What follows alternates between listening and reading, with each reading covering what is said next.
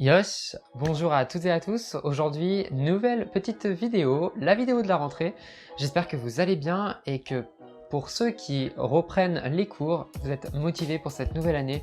J'espère qu'elle se passera bien mieux que les années précédentes. Je vous souhaite bon courage et ensemble, ganbarimashou, faisons de notre mieux.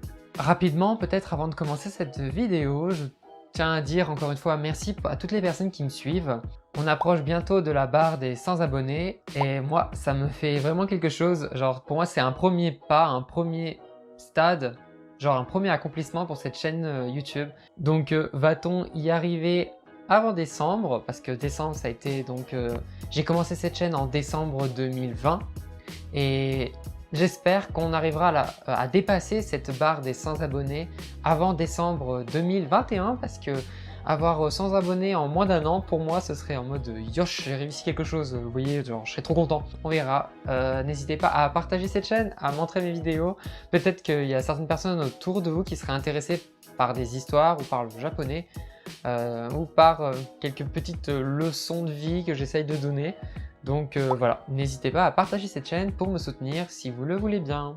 Pour cette petite vidéo de rentrée, j'ai envie de vous présenter 3 livres en japonais qui pourraient vous aider à commencer la lecture en japonais. Donc évidemment, ce sont des livres pas très compliqués, mais il faut quand même prendre en compte que chaque compétence est différente d'une personne à l'autre. Donc voilà, ma compréhension écrite ne sera pas la même qu'une autre personne. On a chacun nos capacités, donc bien sûr, ça peut varier d'une personne à une autre. Ce sont 3 romans en japonais qui, pour moi, en tout cas, sont assez simples à lire. Après, assez simple, bon, voilà, hein, si vous avez commencé le japonais il y a peu, je pense pas que vous allez pouvoir le lire de manière fluide. Par contre, je peux quand même vous conseiller de vous y tenter et d'apprendre les mots au fur et à mesure en les recherchant. À mon avis, vous allez voir votre niveau décoller d'un coup, donc ça peut être super.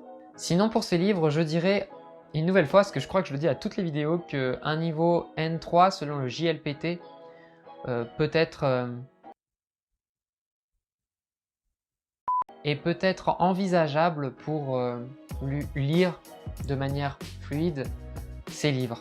Donc le premier livre que j'ai envie de vous présenter, c'est Nishi no Majo ga Shinda. C'est de Nashiki Karo et ça raconte l'histoire d'une jeune fille qui a quelques soucis avec l'école et donc ses parents vont l'emmener chez sa grand-mère, chez qui elle va passer un petit séjour.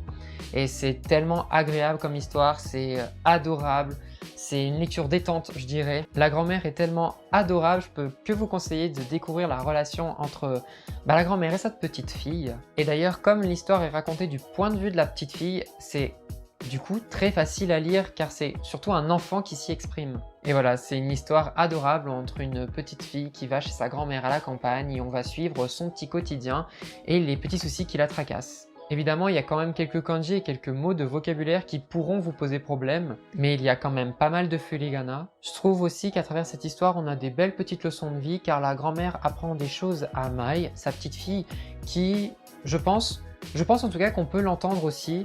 Donc voilà, c'est très agréable à lire et encore une fois, je vous le conseille. La deuxième histoire que je vous conseille, c'est Homeless Chugakusei de Murata Hiroshi. C'est en fait, pour tout vous dire, je ne l'ai pas encore fini au moment où je vous parle, mais j'en suis à un peu plus de la moitié et ce livre, je n'arrive plus à le quitter. C'est tellement incroyable comme histoire, touchant, émouvant. Vraiment, je ne peux que vous le conseiller. Pour moi, de toutes les lectures que j'ai faites en japonais, c'est mon top 1 des livres, je pense, que j'ai lu jusqu'à maintenant. C'est une histoire vraie, c'est l'histoire d'un mec, donc Murata Hiroshi, qui est aujourd'hui comédien. Et en fait, il a perdu sa maison a été saisie. Et son père, en fait, ne l'a pas pris en charge, il a été abandonné par sa famille en quelque sorte. Et il a dû apprendre à vivre tout seul. Et il n'était qu'au collège, il devait avoir, je crois, 12 ans, un truc comme ça. Je crois qu'il était en 5e si on compare avec la France, un truc comme ça. Et son quotidien était très difficile, c'est hyper poignant. On découvre à quel point on a la chance quand même d'avoir, pour certains, un toit, manger, une famille. Donc vraiment, je ne peux que vous conseiller ce livre-là. La narration est très facile car encore une fois, on a le point de vue d'un enfant. Même si Murata Hiroshi parle de cette histoire, écrit cette histoire quelques années plus tard. Et il parle comme si c'était encore lui à l'époque, donc en tant que collégien, et c'est vraiment incroyable, c'est très touchant.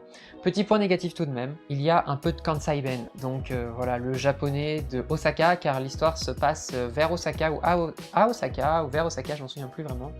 Mais voilà, on a un petit peu de Kansai-ben, mais c'est pas non plus si difficile que ça.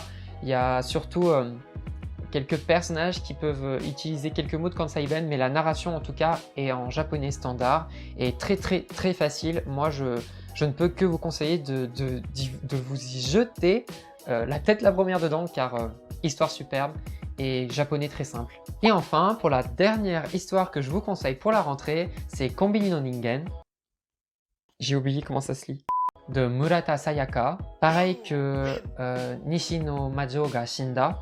C'est une histoire très courte et très facile à lire. Évidemment, c'est le thème, donc je ne vais pas dire ça. Ça raconte l'histoire d'une jeune femme qui a du mal à s'adapter à la société japonaise, dans la société japonaise, et on va la suivre dans son petit boulot, baito, qui est celui de vendeuse dans un combini. Donc on va voir un peu tout l'arrière-plan de ces combini, de ces petites supérettes japonaises. Donc là, cette fois-ci, le point de vue est celui d'une adulte, mais le japonais n'est pas si difficile que ça, peut-être un peu plus difficile que les deux autres que je viens de vous présenter. Mais il n'y a pas de Kansai-ben dedans. Donc voilà, il y a moins de furigana, mais la lecture reste très fluide.